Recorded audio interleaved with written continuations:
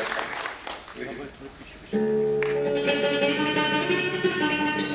Documentary वाले यार गई है। महकमे ने हॉस्टल में रहने वाले बच्चों के लिए टैबलेट देने का भी फैसला किया। हम लोग द्वारा 8 नए ट्राइबल हॉस्टल्स का इनॉग्रेशन करें।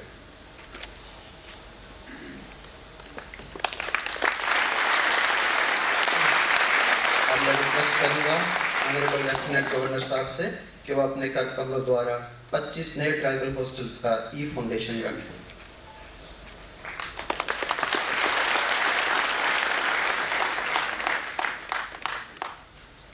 जैसा कि आपको जानकारी है कि ट्राइबल अफेयर्स डिपार्टमेंट ने नीट और जेई को केवल रिमोट का बटन दबाकर इस कोचिंग प्रोग्राम का आगाज करें।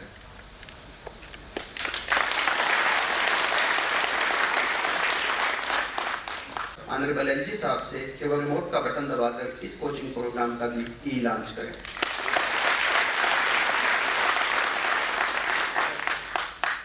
अपने कर कमलों द्वारा इन 2000 ट्राइबल युवाओं के लिए स्किल डेवलपमेंट कोर्सेज का शुभारंभ करेंगे।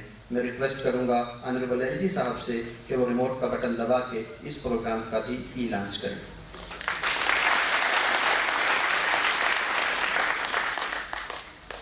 ट्राइबल ऑफिस से आग्रह करता हूं कि वो अपने कर कमलों द्वारा इस स्कीम को एनएसपी पोर्टल पर ऑनबोर्ड करें।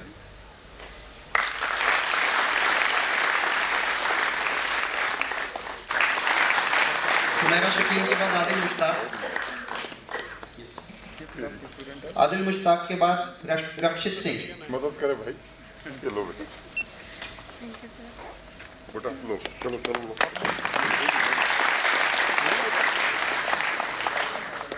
आपका बहुत मुबारक, 99.2% ठीक है बेटा।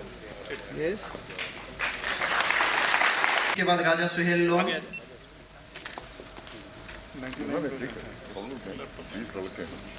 बेटा देखो इधर सामने देखो, छोटू सामने सामने राजा सुहेल लोन।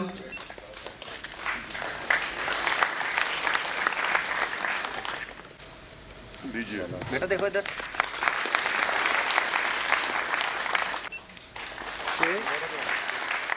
मोहम्मद हफीज चौहान के बाद मुस्कान चौधरी। आज़ादी के बाद इस देश में 66 साल तक पंचवर्षीय योजनाएं चलाई गईं, लेकिन आदिवासी समुदाय के कल्याण के लिए मैं कहूं तो इन योजनाओं के कारण एक तरक्की का जो जन आंदोलन खड़ा होना चाहिए था वो नहीं खड़ा हो सका। 1950 में जब एकीकृत विकास की योजना बनाई जा रही थी तब उसमें एक प्रावधान रखा गया कि समाज के उस वर्ग को ऊपर उठाना है जो सदियों से मुख्य धारा से दूर है।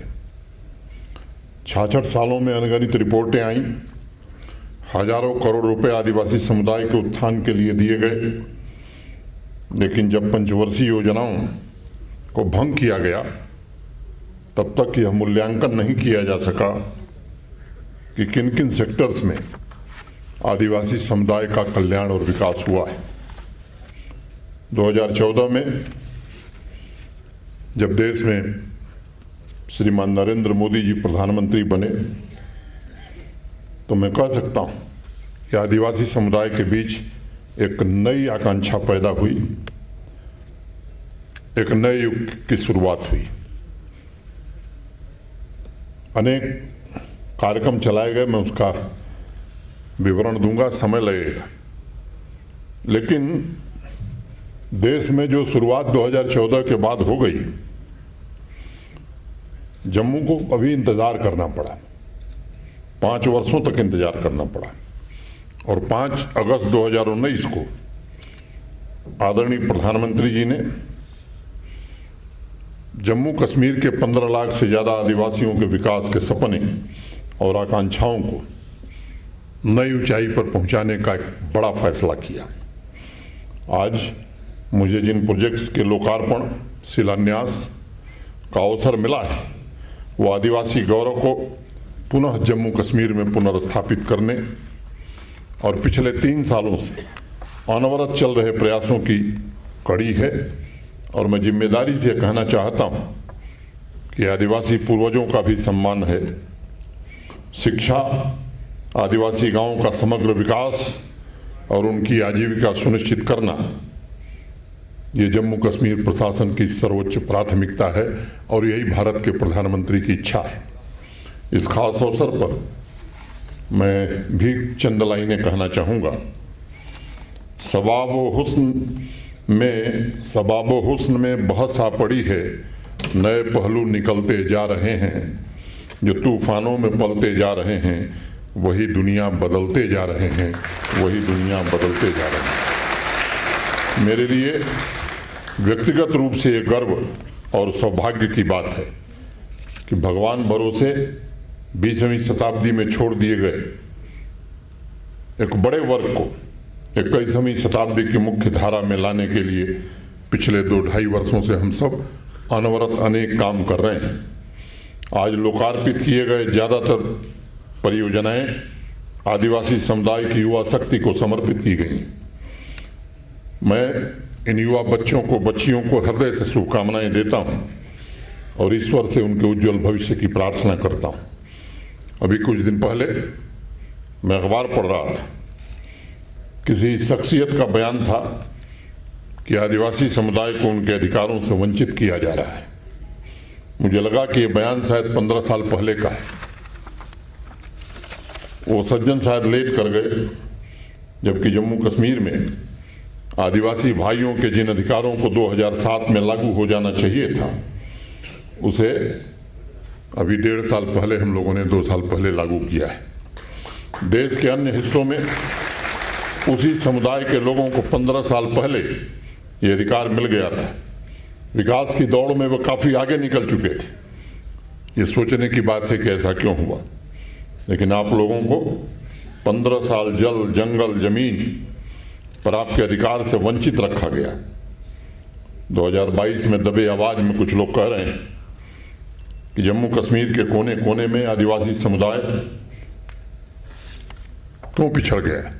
मैं कहना चाहता हूं कि वो समय बदल गया है। अब तो आदिवासी समुदाय उत्सव मना रहा है। इसी तरह अनेक इस तरह की बेबुनियाद बातें कही जाती हैं।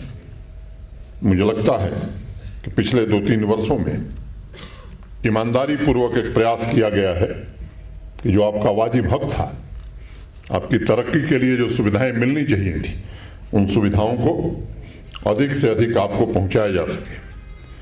आप कल्पना कीजिए, 1976 में पहला हॉस्टल यहाँ बना था और उसके बाद ऐसा कार्यक्रम और ऐसी नीतियाँ बनाई गई कि 2 वर्ष में मात्र 1 हॉस्टल बनता था। बिजली, पानी, सड़क, स्वास्थ्य, शिक्षा, सभी प्रकार की सुविधाओं से भेदभाव किया गया। और मुझे गर्व है कि मात्र पिछले 1-1.5 वर्षों में शाहिद इकबाल चौधरी, उनकी टीम ने, जम्मू कश्मीर प्रशासन ने 26 करोड़ रुपए की लागत से 8 हॉस्टल बनाकर तैयार कर दिए हैं और आज आपके सामने 100 करोड़ रुपए की लागत से 25 नए हॉस्टल बनाने का काम भी शुरू किया जा रहा है, जो मैं समझता हूं कि 1-1.5 वर्ष में ये भी पूरा हो जाएगा। तो अगर आप हिसाब लगाएंगे तो 70 वर्ष में जितने हॉस्टल बने, उससे ज़्यादा हॉस्टल 3 वर्ष में बना करके वर्तमान जम्मू कश्मीर प्रशासन उन बच्चों को जो अपने अधिकारों से वंचित थे, जिनका ये हक था, उसको हम पूरा करने की कोशिश कर रहे हैं और उन्हें समाज और राष्ट्र की मुख्य धारा में जोड़ने का प्रयास कर रहे हैं। मैं मानता हूं कि आदिवासी समुदाय हमारे समाज के सभी वर्गों के विकास की धुरी है।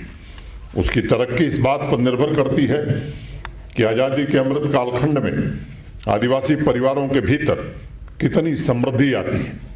सबका साथ सबका विकास के आह्वान के साथ आदरणीय प्रधानमंत्री जी ये सुनिश्चित कर रहे हैं कि सभी समुदायों का, और विशेष रूप से वे समुदाय जो पिछड़े रह गए, जो छूट गए, इनका इंटीग्रेटेड तरीके से कैसे विकास हो, देश के हर एक क्षेत्र के लोग एक दूसरे के करीब कैसे आ सकें। आज आदिवासी समुदाय के 160-200 विद्यार्थी भारत को जानो कार्यक्रम के लिए आज हमारे बीच से ही रवाना होंगे। एक भारत श्रेष्ठ भारत का इससे उत्कृष्ट उदाहरण आज़ादी के अमृत महोत्सव में और क्या हो सकता है। इस भावना के साथ ये बच्चे पूरे देश में भ्रमण करेंगे, देश के दूसरे हिस्से में क्या हो रहा है खुद अनुभव करेंगे। मुझे प्रसन्नता है कि जब हर हफ्ते आदिवासी समुदाय के कल्याण के कार्यक्रम या उनके अचीवमेंट दिखाई पड़ते हैं। ये पिछले 2-3 वर्षों में एक नए प्रकार का वातावरण बना है और मैं हमेशा मैंने अनुभव किया है कि प्रकृति के साथ करीब से जुड़े आदिवासी हमारे भाई बहन एक कमिटमेंट के साथ आवाम की तरक्की में अपना योगदान देने के लिए सदैव तैयार है। और हमारी भी लगातार कोशिश है कि आपके पूर्वज को जिस मुसीबत से जीना पड़ा था, आपके पूर्वजों ने जिस मुसीबत को झेला था, वैसी मुसीबत आपको, आपके बच्चों को न झेलनी पड़े। अभी कुछ दिन पहले ही पुलवामा तथा कुलगांव में एक club residential school, modal transit residential school, girl hostel, power sub station, drinking water की फैसिलिटी तथा 6 स्मार्ट स्कूलों का उद्घाटन करने का अवसर मुझे मिला था। 18 अन्य जन कल्याणकारी योजनाओं का शिलान्यास भी उस दिन किया था मैंने। आज हर महीने आदिवासी समुदाय के लिए किसी न किसी प्रोजेक्ट का उद्घाटन या शिलान्यास जरूर हो रहा है। ये बदल हुई है जिसका जिक्र अभी मेहता जी कर रहे थे। 1.5 साल पहले आदिवासी समुदाय के बहुत से डेलीगेशन 2 साल पहले मुझसे मिलते थे, प्रशासन के उच्च अधिकारियों से मिलते थे और अनेक लोग कहते थे साहब जीवन की मूल जरूरतों को पूरा करने में कई पीढ़ियां हमारी खप गई। आज भी मेजॉरिटी में ऐसे गांव हैं, परिवार हैं जिन्होंने सामाजिक आर्थिक विकास न देखा था, न मुख्य धारा से जुड़े थे। कई आदिवासी भाई ऐसे हैं जहां पीने का पानी भी नहीं था। जम्मू कश्मीर के इतिहास में पहली बार आदिवासी समुदाय के 92 गांवों के लिए बिजली के सब स्टेशन बनाने का काम मात्र 6 महीने में पूरा किया गया है। आज़ादी के बाद से अभी तक मीलों चलकर ये भाई जाकर के पानी लाते थे। एक पुरानी कहावत है मित्रों कि अगर वक्त की नब्ज पकड़नी हो तो नई पीढ़ी की स्थिति पर ध्यान दिया जाए। आज़ादी के बाद एक लंबा कालखंड जिसमें आदिवासी समुदाय की नई पीढ़ी पर सम्यक और व्यापक दृष्टि डाली गई है। प्री मैट्रिक स्कॉलरशिप का दायरा 1.5 लाख स्टूडेंट तक कर दिया गया है। पोस्ट मैट्रिक स्कॉलरशिप के लिए 12,500 बच्चों का चयन किया गया था। अगर कुल धनराशि के आंकड़े देखेंगे तो 50 करोड़ 62 लाख रुपए की स्कॉलरशिप आज आदिवासी समुदाय के बच्चों की शिक्षा के लिए दिया जा रहा है, जो आपने अपने आप में मैं कहूँ रिकॉर्ड है। 2012 में जेई तहत 2013 में नीट की शुरुआत हुई थी, लेकिन आदिवासी समुदाय के होनहार बच्चे बच्चियों के लिए किसी भी कोचिंग का इंतजाम नहीं था। होस्ट 50 और टॉप 50 इनिशिएटिव के अंतर्गत आदिवासी समुदाय के 100 मेरिटोरियस स्टूडेंट्स को पहली बार गवर्नमेंट इम्पैनल्ड इंस्टीट्यूट में कोचिंग की व्यवस्था की गई है और जो बच्चे कॉम्पिटिटिव एग्जाम में पास हो जाते हैं उन्हें प्रतिवर्ष 70 से 75 हजार रुपए की स्कॉलरशिप भी देने का फैसला जम्मू कश्मीर प्रशासन ने किया है। अगर वह कोई छोटा मोटा कार्यक्रम नहीं है, इसके माध्यम से आदिवासी समुदाय की युवा पीढ़ी को, लाखों लोगों के जीवन को बदलने की कोशिश की जा रही है। आज 2 महत्वपूर्ण कोचिंग स्कीम भी आदिवासी समुदाय के भविष्य निर्माण के लिए लॉन्च की गई है और ये भी ध्यान रखा गया है कि समुदाय की बच्चियों को अधिक से अधिक एम्पावर किया जाए। पिछले दिनों जब शाहिद इकबाल चौधरी मुझसे मिलने आए थे, कार्यक्रम की रूपरेखा के बारे में विस्तार से मुझे बता रहे थे, तो मैंने उनसे आग्रह किया था कि जो भी कार्यक्रम हम चलावें उसमें सुनिश्चित करें कि आधी जो आबादी है, मैंने बच्चियों की संख्या भी 50% से कम नहीं होनी चाहिए। और मुझे खुशी है कि शाहिद इकबाल चौधरी और उनकी टीम ने इसका पूरी तरह ध्यान रखा है। टॉप 50 स्कीम में 20 बच्चियां सेलेक्ट की गई हैं और दूसरी में 100 में करीब 45। मुझे लगता है 5 जो छूट गई हैं, शाहिद जी इसको भी हमें पूरा करना चाहिए क्योंकि ये नाइंसाफ़ी होगी। सालों तक हमारी आदिवासी बहनों ने कष्ट उठाया है, परिवार तथा आवाम को चलाने का काम किया है, और ये हमारा संकल्प होना चाहिए कि नई पीढ़ी की बच्चियों को सभी प्रकार से सशक्त किया जाए। जितनी भी उनके लिए व्यवस्थाएं करने की जरूरत है, जुटाने की आवश्यकता है, धन की जरूरत है, हम सब प्रतिबद्ध हैं, जरूर करेंगे ताकि हमारी बच्चियां आगे बढ़ सकें। आज स्टार्स 100 स्कीम का भी शुभारंभ हुआ है, जो सिविल सर्विसेज के आकांक्षी 100 आदिवासी युवाओं को क्वालिटी कोचिंग प्रदान करेगा। आदिवासी ग्रेजुएट स्टूडेंट्स जो टैलेंटेड हैं लेकिन जिनकी आर्थिक स्थिति अच्छी नहीं है, उनके ट्यूशन फीस, स्टडी मटेरियल की जिम्मेदारी और खर्च प्रशासन उठाएगा। यूपीएससी हो, जेकेएस हो, इनकी तैयारी के लिए बेहतर इंस्टीट्यूशंस का भी इंतज़ाम किया गया है। मैं मानता हूँ कि शिक्षा से ही कोई समाज आगे बढ़ता है, और आदिवासी समाज भी मैं समझता हूँ कि जागरूक होगा, और उनकी जागरूकता से ही विकास की नई इबारत लिखी जाएगी। मित्रों, सालों से आदिवासी समुदाय अनेक व्यवसाय करता रहा है। युवाओं ने अनेक स्किल तो सीखे, लेकिन फॉर्मल स्किल डेवलपमेंट एक समस्या थी, जिससे आदिवासी समाज की युवा शक्ति लंबे समय से जूझ रही थी। और अगर स्किल लेबर फोर्स को देखा जाए तो जम्मू कश्मीर के आर्थिक विकास के फॉर्मल वर्कफोर्स में उनकी भागीदारी बहुत कम थी। आज अलग अलग व्यवसायों में 2000 आदिवासी युवाओं को प्रशिक्षित करने के कार्यक्रम का भी शुभारंभ हुआ है।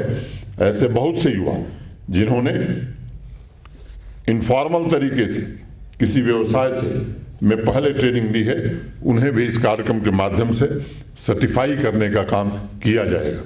सबसे बड़ी बात यह है कि स्किल ट्रेनिंग जम्मू कश्मीर के सभी जिलों में दी जाएगी, ताकि नौजवान जम्मू या श्रीनगर की यात्रा न करनी पड़े, अपने ज़िले में ही उसे स्किल की ट्रेनिंग दी जा सके। इसका भी इंतज़ाम किया गया है। एक और महत्वपूर्ण कदम उठाते हुए आदिवासी समुदाय की प्री मैट्रिक स्कॉलरशिप को नेशनल स्कॉलरशिप पोर्टल पर ऑनबोर्ड कर दिया गया है। इसके द्वारा 10,000 ट्राइबल स्टूडेंट्स के अकाउंट में सीधे स्कॉलरशिप का पैसा ट्रांसफ़र कर दिया जाएगा। ये व्यवस्था पूरी तरह से पारदर्शी है, ट्रांसपेरेंट है, और हर एक स्टेज पर इसकी मॉनिटरिंग भी की जाएगी। मैट्रिक एग्जाम में बेहतर प्रदर्शन करने वाले टॉप 20 मेरिटोरियस स्टूडेंट्स के लिए ट्राइबल डिपार्टमेंट ने एक लैपटॉप तथा स्कॉलरशिप की घोषणा की थी। इस योजना के अंतर्गत इन विद्यार्थियों को चुना गया है, जिसमें से 14 बच्चियां हैं। 25 में 14 बच्चियां हैं। प्रशासन सिर्फ महिला सशक्तिकरण की बात नहीं कर रहा है, बल्कि समाज के सबसे कमजोर वर्ग के लिए इस संकल्प को पूरी जिम्मेदारी से निभाने की कोशिश कर रहा है। सभी मेरिटोरियस स्टूडेंट्स को आज 50,000 रुपये के लैपटॉप, 25,000 रुपये की स्कॉलरशिप दी गई है। इसके अलावा जो 2 टॉप स्टूडेंट्स हैं आउटस्टैंडिंग परफॉर्मेंस वाले, उन्हें 1-1 लाख रुपए का कैश अवार्ड भी दिया गया है। आदिवासी समाज के मन में लोगों ने ऐसी धारणा बना रखी थी कि उनके बच्चे शायद कभी टेक्नोलॉजी की बदलती दुनिया से न जुड़ पाएं। इस ट्रेंड को ही रिवर्स करने का काम ट्राइबल डिपार्टमेंट ने किया है, और टेक्नोलॉजी इनेबल्ड एजुकेशन स्कीम, जिसमें 10वीं, 12वीं तथा पीजी के 800 हॉस्टल स्टूडेंट्स को फ्री टैबलेट मुहैया कराया जाएगा। आपके सामने कुछ बच्चों को भी दिया गया है। सभी टैबलेट्स में कोर्स के मुताबिक प्री लोडेड स्टडी मटेरियल भी होगा, और ऐसा नहीं है कि कोर्स खत्म होने के बाद हम वापस मांगने जाएंगे। वो उन्हीं के पास रहेगा और अपने पास रख सकेंगे। और आने वाले समय में ये कार्यक्रम आदिवासी समुदाय में डिजिटल लिटरेसी के अभियान में भी अत्यंत महत्वपूर्ण साबित होगा। पिछले वर्ष आदिवासी इलाकों के 200 स्कूलों को स्मार्ट स्कूल में तब्दील करने के लिए 40 करोड़ की लागत से कार्यक्रम शुरू किया गया था। मुझे प्रसन्नता है ये बताते हुए कि 100 स्कूल पूरी तरह से स्मार्ट स्कूल बना दिए गए हैं। जो शेष 100 बचे हैं वो भी जल्दी परिवर्तित कर दिए जाएंगे, ताकि आदिवासी युवा के सपनों को पंख लग सके। उनको इंडोर और आउटडोर दोनों तरह के गेम्स के लिए स्पोर्ट्स किट भी हम उपलब्ध करा रहे हैं। स्मार्ट कार्ड के रूप में आदिवासी समुदाय के लिए मैं समझता हूं कि एक बहुत बड़ी सुविधा आज मुहैया कराई गई है। पिछले वर्ष माइग्रेटरी पॉपुलेशन का सर्वे कराया गया था, अनेक स्तरों पर डेटा तैयार किया गया था और परिवार के मुखिया की फोटो, घर की फोटो तथा अन्य डिटेल जांची गई थी। इसके अलावा हर घर जाकर GIS बेस्ड सर्वे भी किया गया और उसके लिए एक स्पेशल ऐप और पोर्टल तैयार करके सेंट्रल डेटाबेस तैयार किया गया और चिप बेस्ड स्मार्ट कार्ड तैयार किए गए हैं। प्रशासन पूरी संवेदनशीलता से माइग्रेशन के दौरान आदिवासी परिवारों का ध्यान रखे, इसका इंतजाम किया गया है। पहले शिकायतें आती थी, अब मुझे लगता है कि आज जो काम हुआ है निश्चित रूप से अब आपको असुविधा नहीं होगी, इसकी चिंता की गई है। अभी मेहता जी बता रहे थे, इस वर्ष माइग्रेशन के दौरान पहली बार हुआ कि एक बड़ी आबादी के आवागमन के लिए ट्राइबल अफेयर डिपार्टमेंट ने 40 ट्रकों का इंतजाम किया।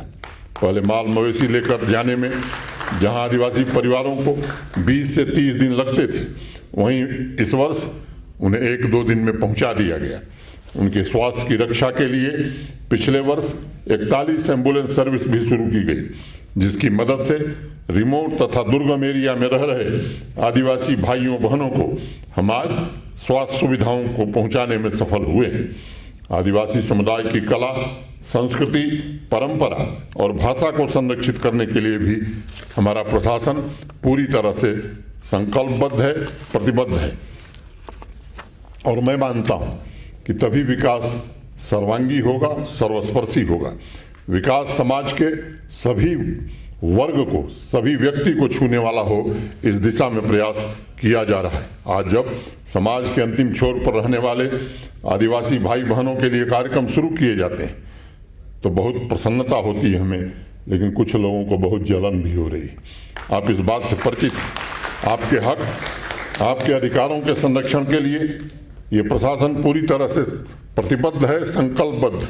और भारत के सम्माननीय प्रधानमंत्री जी अनेक अवसरों पर जब भी किसी बैठक में जाने का अवसर मिला है तो जो पहला प्रश्न उनका होता है वो यही होता है कि क्या हुआ फॉरेस्ट राइट एक्ट का, कैसा चल रहा है ट्राइबल अफेयर डिपार्टमेंट। तो मैं आपसे निवेदन करना चाहता हूँ, ये कोशिश पिछले और 2-3 वर्षों में हम सब ने की है और विशेष रूप से शाहिद इकबाल चौधरी ने जब से जिम्मा संभाला है, इनकी पूरी टीम को मैं हृदय से बधाई देना चाहता हूं कि जिस शिद्दत से, जिस संवेदनशीलता के साथ इन्होंने काम किया है, मुझे पूरा भरोसा है कि जो काम 70 साल में नहीं हो सका उससे ज़्यादा काम 3-4 वर्षों में करके हम लोग आप सबको समर्थ बनाने में पूरी तरह से सक्षम होंगे।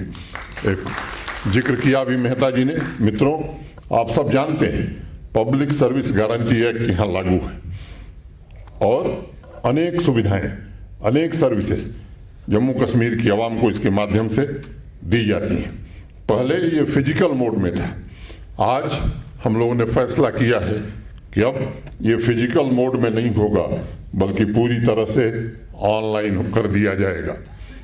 इसका मतलब कि अब अगर कहीं सर्विसेज में दिक्कत है, जिस अधिकारी के पास रुकेगी तो उस पर पेनाल्टी भी हो सकती है, कार्रवाई भी हो सकती है। तो आज 5 अगस्त 2022 को ये जो फैसला हुआ, मैं कहना चाहता हूं मित्रों कि आज से भ्रष्टाचार समाप्त होने की शुरुआत हो गई है और 5 अगस्त 2022 को हम लोग भ्रष्टाचार मुक्त जम्मू कश्मीर दिवस मनाने का संकल्प लेते हैं और हर कोशिश हम करेंगे कि भ्रष्टाचार की जड़ें जो बहुत गहरी थी अब काफ़ी हद तक ठीक कर लिया गया है, लेकिन पूरी तरह से यहाँ की आवाम को हर प्रकार की सुविधा बिना किसी भ्रष्टाचार के मिले, वो संकल्प हम जरूर पूरा करेंगे। इतनी ही बात कहता हुआ दूर दूर से आए हुए अपने सभी भाइयों का, बच्चों का मैं हृदय से साधुवाद करता हूँ, धन्यवाद करता हूँ और 2 पंक्तियाँ कह के अपनी बात खत्म करूँगा। जिंदगी ये तो नहीं तुझको संवारा ही न हो, जिंदगी ये तो नहीं तुझको संवारा ही न हो, कुछ न कुछ हमने तेरा कर्ज उतारा ही न हो, कुछ न कुछ हमने तेरा कर्ज उतारा ही न हो। कभी पलकों पे चमकती है जो अश्कों की लकीर, कभी पलकों पे चमकती है जो अश्कों की लकीर। सोचता हूँ तेरे आंचल का किनारा ही न हो, सोचता हूँ तेरे आंचल का किनारा ही न हो। जय हिंद, जय भारत।